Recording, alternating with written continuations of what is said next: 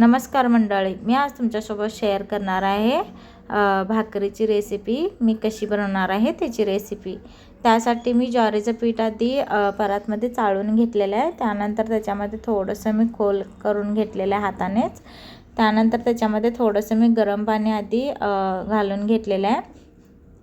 लगेच मी त्याच्यामध्ये थोडं जसं पाणी लागेल तसं मी त्याला हाताने व्यवस्थित मळून घेणार आहे. थोडं पाणी शिंपडून त्याच्यावर मळून घेतलेलं आहे पीठ मी अशा प्रकारे व्यवस्थित. आणि तिकडं मी गॅसवर तवा पण ठेवलेला आहे गरम होण्यासाठी.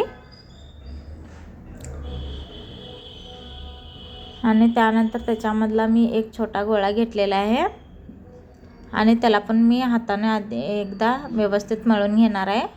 त्यानंतर त्याच्यामध्ये मी खाली पीठ लावून घेतलेलं आहे आणि त्याला व्यवस्थित मी हाताने थापून घेणार आहे.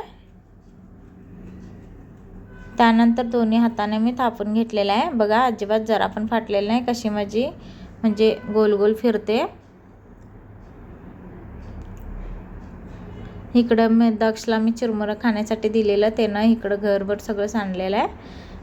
त्याचं ते वेचून खात आहे. तोपर्यंत इकडं मी ती भाकरी माझी थापून झालेली, इकडं मी गॅसवर ते भाकरीला व्यवस्थित दोन्ही बाजूनं भाजून घेतलेलं आहे. एका साईडला पाणी लावलेलं आहे आणि भाजल्यावर मी त्याला साईडला काढून घेतलेलं आहे. त्यानंतर तसंच मी दुसरा पण गोळा घेऊन त्याला पण मी हाताने व्यवस्थित थापून घेतलेलं आहे.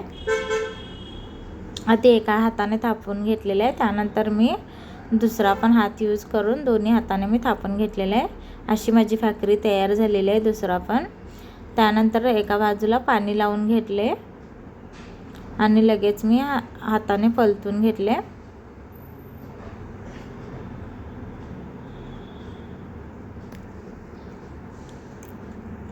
आणि ह्या पण भाकरीला मी दोन्ही बाजूनं असं व्यवस्थित भाजून घेणार आहे.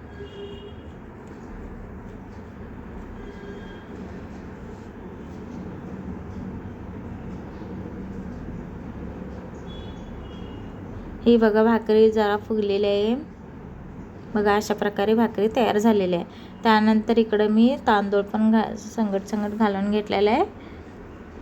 त्यानंतर इकडे झुणका पण बनवणार आहे. त्याची पण रेसिपी मी तुमच्यासोबत शेअर करते. तोपर्यंत मी इकडं कुकरला पाणी घालून मीठ वगैरे घालून टोपण लावून शिजवण्यासाठी ठेवले.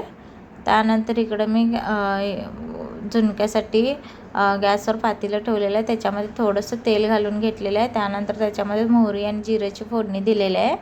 त्यानंतर त्याच्यामध्ये कांदा बारीक चिरून घेतलेलं ते पण त्याच्यामध्ये घालून घेतलेलं आहे आणि त्याला मी 2 मिनिटं तेलामध्ये भाजून घेणार आहे.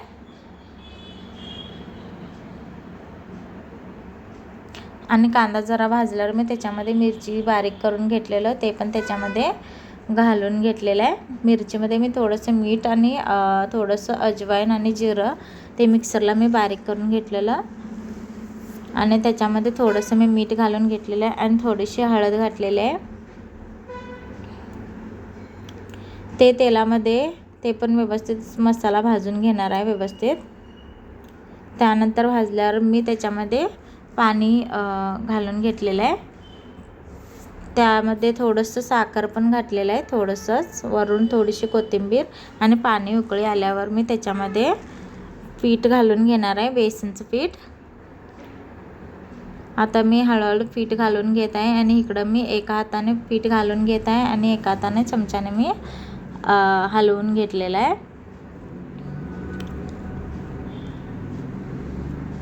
त्याची गाठी आहे ती सगळं फोडून घेणार आहे.